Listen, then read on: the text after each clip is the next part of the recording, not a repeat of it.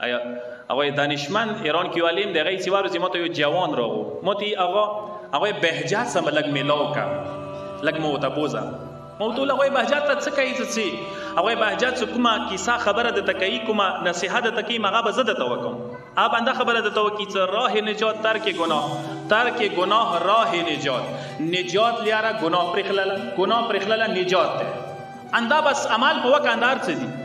هغه چې اصرار وکړ سنا هغه ته مو بوزا لوړ شو لګو سم ملو شو مولا څاکه فرصت ملو شو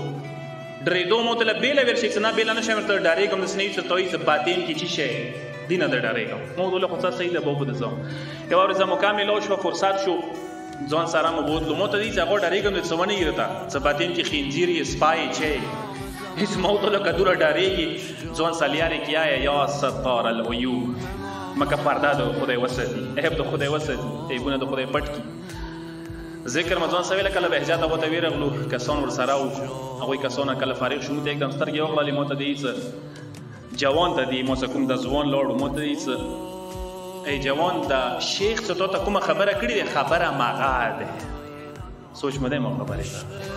د شیخ څه کومه خبره د تکړې د مولانا دانشمند څه وسلوړوي دانشمند نه میږي دا څه ته سره غلې دي ته کومه خبره د تکړې خبره ماغاده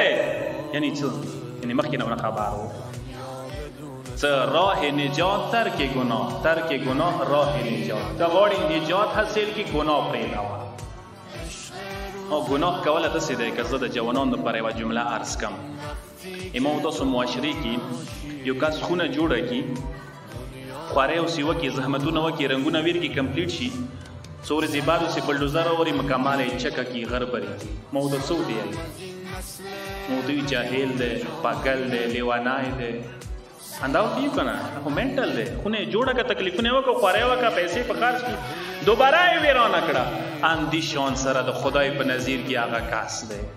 څنګه عملونه کوي څټ او سه ګناهونه کوي عبادت کوي بندګي کوي څټ او سه لګیا دی ګناهونو سه دوباره کډنګوي نه دی پکار سه انسان گناه نه لاس واخلي پکار دی توفیقات علی رضی انسان ته